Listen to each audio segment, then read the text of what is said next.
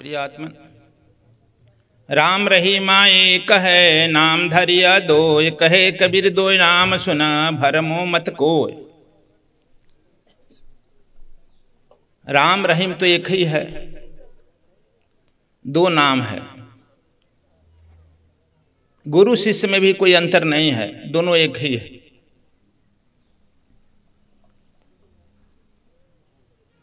गुरु है थोड़ा जगा हुआ है, शिष्य थोड़ा सोया हुआ है। जगा हुआ शिष्य भी गुरु हो जाता है।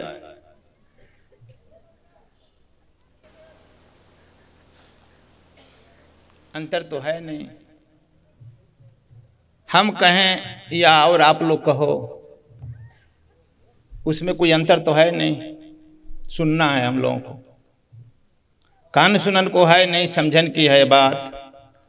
और दूसरी बात है कि अभी तक रामायण सुन रहा था, हम बोल रहे हैं गोरखवाणी पर, कम ही सुनेगा। देखिए, असल बात है हम लोगों को कहीं से कुछ अच्छा मिल जाए उसको ग्रहण करने के बाद, यह पढ़े लिखे की बात नहीं है।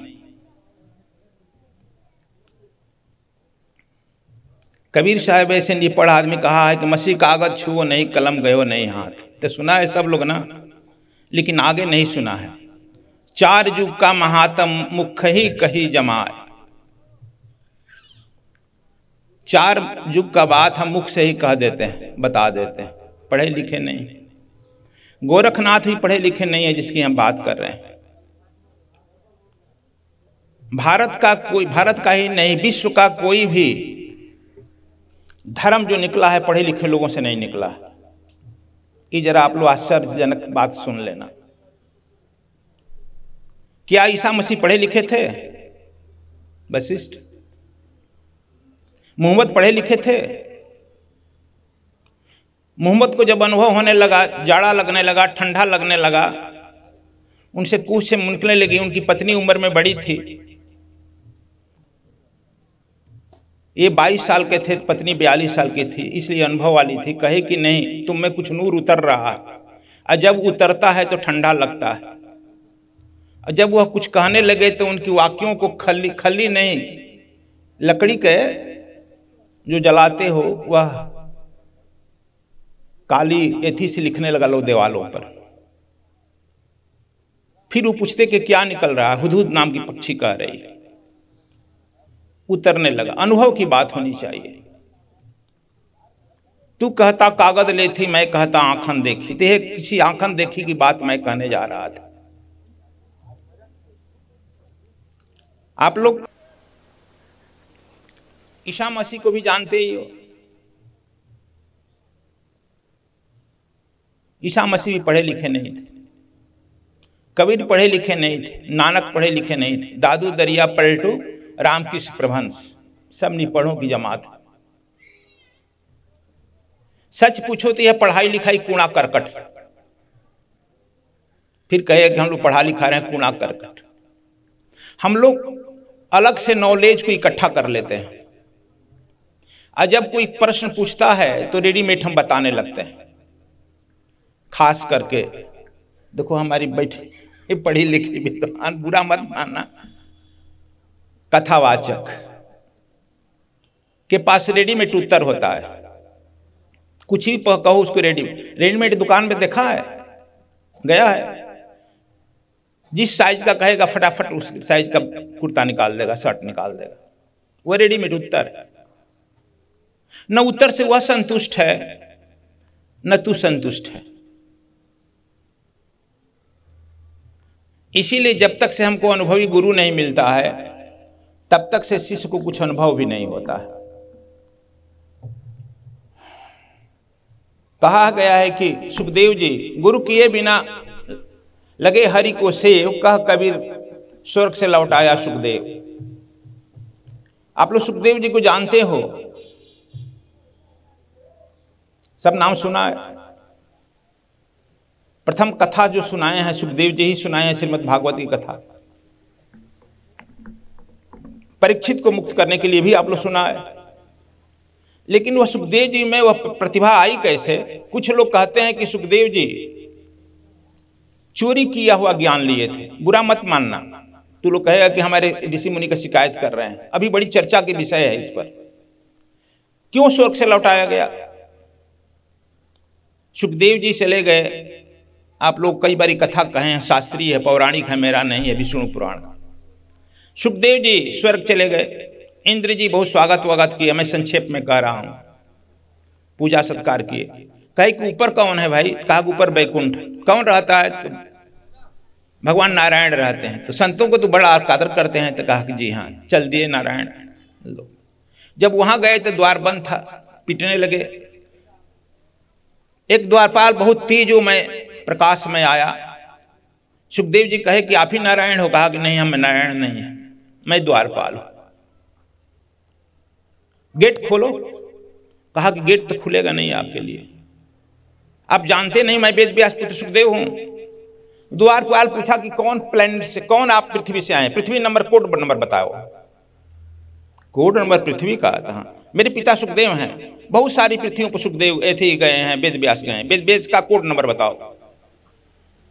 तुम गुरु किया है? यदि गुरु किया है तो उसका कोड नंबर बताओ। वह गुरु यहां से सतगुरु गया है कि फर्जी गया है? फर्जी भी तो जाता है। कहा फर्जी भी जाता है? कहा जी हाँ।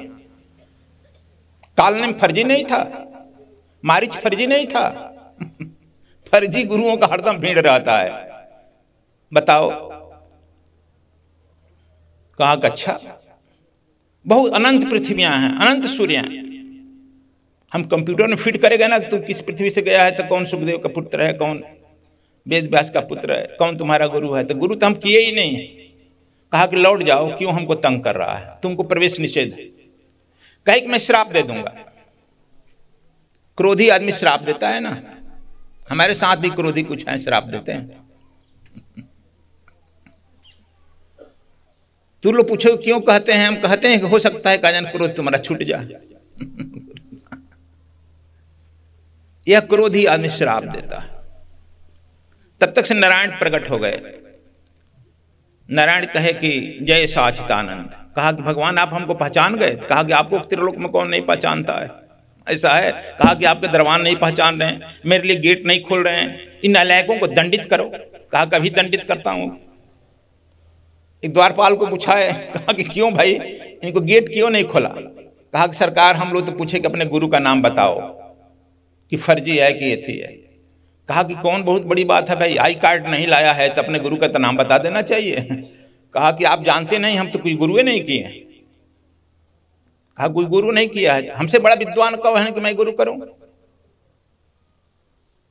गुरु बिन भवनि तरे न कोई, जो बिरंज शंकर सम होई। कहा कि तुम तपस्या के द्वारा यहां पहुंच गया है, तपस्या के द्वारा ब्रह्मा बन सकता है, शंकर भी बन सकता है, श्राप भी दे सकता है, लेकिन भवनिधि से मुक्त नहीं होगा। और जब तक से भवनिधि से मुक्त नहीं होगा तो बैकुंठ कैसे आएगा? ये बैकुंठ की नगरी है। गुरु जो नहीं किया है, समय के सदगुरु को नहीं पहचाना है, उसको यहां प्रवेश निषेध है। तुम जानता नहीं, जब मैं पृथ्वी पर जाता हूं, पढ़न गए रघुराई अल्पकाल, गुरु गृह पढ़न गए रघुराई अल्पकाल विद्या बहुपाई, नहीं सुना है? सैन करन मुनि जाई, चरण चापन लागे दो भाई। मैं गुरु जी का पैर दबाया हूं, स्नान कराया हूं, सेवा किया हूं, नहीं सुना है? ये सृष्टि का नियम है। देखो, यही से बात उठती है कि वह ज्ञान चुराया हुआ था। हम लोग किसी को, हम भी देखो एक बार छत्तीसगढ़ में दीक्षा दे रहे थे, 2-3 महंत जिसे पर्दा लगा है ना, पर्दे के बाद चूंकि हम 1 घंटा में दीक्षा देते हैं, दीक्षा देने के बाद हम पूछते हैं हाउ डू यू फील, कैसा लगा? हम शक्तिपात करते हैं, महसूस हुआ कि नहीं, हमारा ये रिसर्च है ये सब। तुम दूध को कितना ही गर्म करो दही बनेगा, जब तक से स्वयं दही नहीं डालेगा तो नहीं बनेगा। 3 वृक्ष है जिसको हरिशंकरी वृक्ष कहते हैं, पापर, पाकड़, पीपल और बड़, इन्हें हरिशंकरी वृक्ष कहते हैं। इनका तो है 10 किलो बीज ले लो और कहीं डाल दो, एक नहीं जमेगा, तुम्हारे खेत में सब सड़ जाएगा। बोटेनिकल साइंस, फॉरेस्ट्री साइंस आज तक इसको जर्मिनेट करने की विधि नहीं डेवलप कर पाया। जब चिड़िया खा करके तुम्हारे छत पर बीट करेगी तो देखा होगा छत पर पीपल पाकड़ जम गया है, देखा है कि नहीं देखा है? मतलब कि उस पक्षी के मुंह से गुजरना होगा। वही मंत्र की धंधा है, यही है। महामंत्र जपत महेशु काशी मुक्त करत उपदेशु। भगवान शंकर भी उस मंत्र का जाप कर रहे हैं। वही राम नाम मंत्र है, रामानंद के मुंह से निकला है। अभी रविदास जयंती मनाया है, रविदास मुक्त हो गए, रामानंद के मुख से वही राम मंत्र निकला है और कबीर के लिए महामंत्र बन गया। आज जो है गोरखवाणी का 10वां है, इस पर आया है यही, मन में रहिणा भेद न कहिया, बोलिबा अमृत बाणी, अगिला अग्नि हुईबा अवधु, तो आपन हुईबा पानी। यह 10वीं वाणी पर आज बोलना था, इसी के संदर्भ में यह मैं बोल रहा हूं। मन में रहीबा भेद न पैबा, मन में तो मन रहेगा, हम लोग मन में रहते कहां हैं? हम बहिर्मुख हो गए। जब तक से एक दूसरे को एक आदमी को कह दो कि 2 दिन मौन रहो, 3 दिन मौन रहो, तो बेचैन हो जाएगा, पागल हो जाएगा। हम हरदम मन के बाहर रहते हैं, बहिर्मुख रहते हैं। ये कहते हैं अंतर्मुख रहो, जो तुम साधना करते हो अनुभव हो तो मत कहो। तो जब तक से गुरु के अंदर सामने जाएगा नहीं तो अंतर्मुखी होने का कला कैसे जानेगा? That is a kind of art. इसीलिए मैंने सुखदेव की बात उठाया कि वह ज्ञान चुराया हुआ था। हालांकि हम पर मत तुलो नाराज होना, यह तो पूरे विश्व में अभी साथ साथ भेज भी रहे हैं, महात्मा लाइव में भेज रहे हैं। इसके बाद तुम लोग जानते हो कि यह टीवी पर भी चला जाएगा।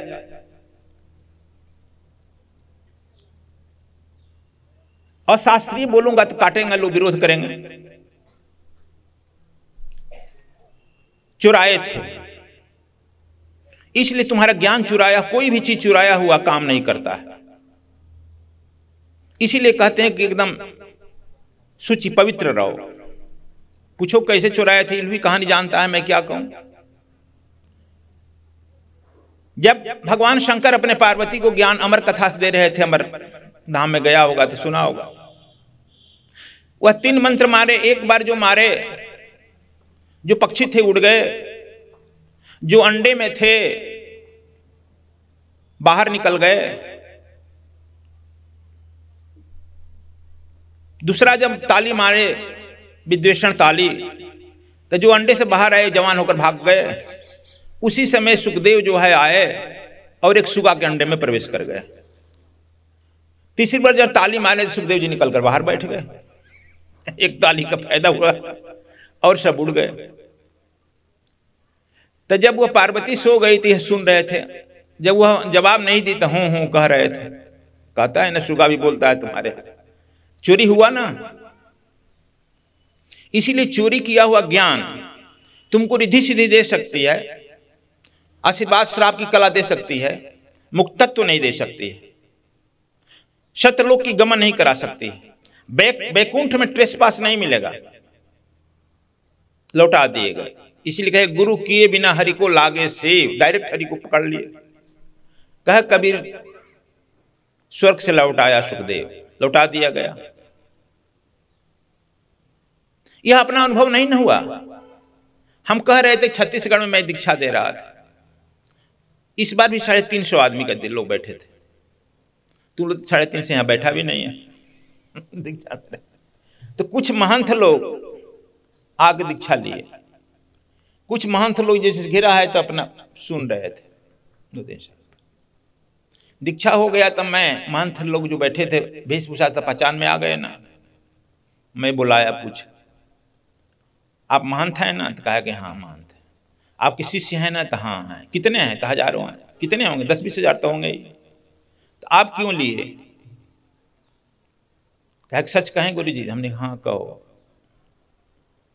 कहा कि टीवी पर और यूट्यूब पर हम आपका सुने हैं, तो झक जो मेथड थोड़ा बहुत कह देते हैं, हम लोग व्याकुल हो जाते हैं। हम लोग तो कुछ बोल देते हैं। क्या बोलता है? ओम नमो भगवते वासुदेवाय, ओम नमो नारायण, ओम नमो शिवाय, कुछ बोल देते हैं। 10 गो में चलो कोई ले चले। हमने कहा नहर चटकी, डॉक्टर के यहाँ जाओ, डॉक्टर भी कोई ना कोई अपना पुड़िया उठाकर दे दे।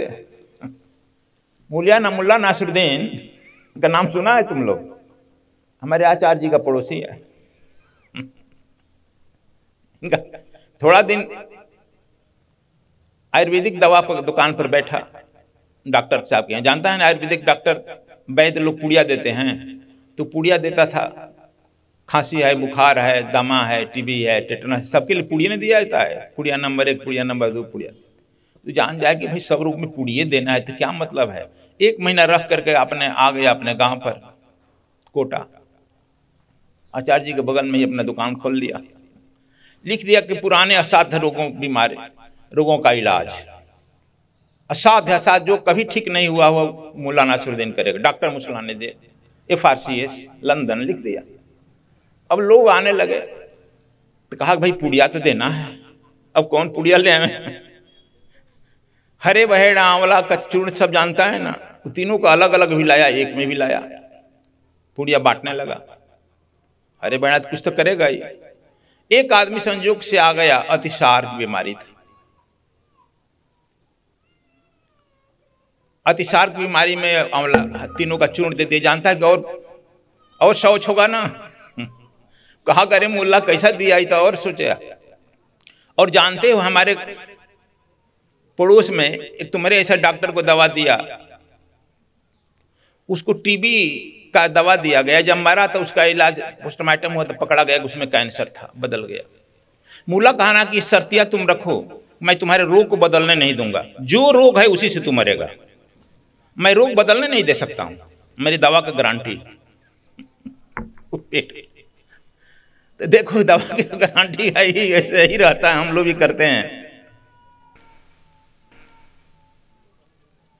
तब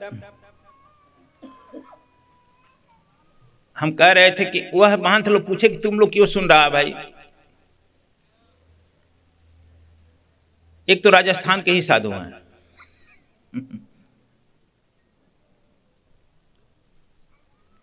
तो कहे कि गुरुजी हम विधि जान गए, अब ऐसा ही दीक्षा हम लोग भी देंगे। हमने कहीं बताएंगे कि हमसे दीक्षा लिया हमारा शिष्य है, तो ना सच अब क्यों झूठ बोले ना, क्यों? आखिर हमारी भी दुकान है ना, हमारे भी शिष्य आपके यहाँ आ जाएंगे, इतना दुकानदारी हमें पिट जाएगी।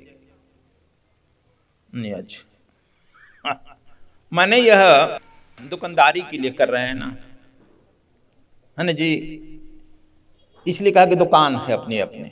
पृथ्वी के सर्वोच्च तीर्थ श्री बद्रीनाथ धाम में सद्गुरु स्वामी कृष्णानंद जी महाराज के सानिध्य में साधना सीखने का स्वर्णिम अवसर। दिनांक 24 व 25 सितंबर को पूज्य गुरुदेव सद्गुरु धाम आश्रम बद्रीनाथ में सर्वपितृ श्राद्ध साधना एवं पिंडदान व तर्पण आदि संपन्न करवाएंगे। शरद नवरात्र के अंतर्गत आयोजित होने वाली विलक्षण कुंडलिनी जागरण एवं प्रेम साधना की कक्षा दिनांक 27 सितंबर से 2 अक्टूबर तक आयोजित की जा रही है। समय के सद्गुरु एवं ध्यानस्थ नारायण के सानिध्य में इस साधना में उतर कर साधक खट चक्र भेदन, कुंडलिनी जागरण एवं अनाहत चक्र के विस्तार की कला पूज्य गुरुदेव से सीख पाएंगे। अतः इच्छुक साधक दिनांक 20 सितंबर तक साधना के लिए निबंधन अवश्य करा लें। संपर्क सूत्र 9968430203। सद्गुरु स्वामी कृष्णानंद जी महाराज के मार्गदर्शन में दिनांक 3 मई से यात्री आगमन तक पृथ्वी के बैकुंठ श्री बद्रीनाथ धाम में सद्विप्र समाज सेवा द्वारा 9वां निःशुल्क विशाल भंडारा आयोजित किया जा रहा है। लोक कल्याण के लिए साधना में बैठे श्री हरि की इस पावन भूमि पर सद्गुरु धाम आश्रम में तीर्थ यात्रियों के लिए निःशुल्क भोजन एवं नाश्ता व्यवस्था प्रदान की जा रही है। आप भी इस पुनीत कार्य में सहयोग देकर अक्षय पुण्य के भागी बन सकते हैं तथा देवगण और पितृगण का आशीर्वाद प्राप्त कर सुख संपत्ति ऐश्वर्य पद प्रतिष्ठा को उपलब्ध हो सकते हैं। अधिक जानकारी के लिए संपर्क करें 9815185635 999 036 9990।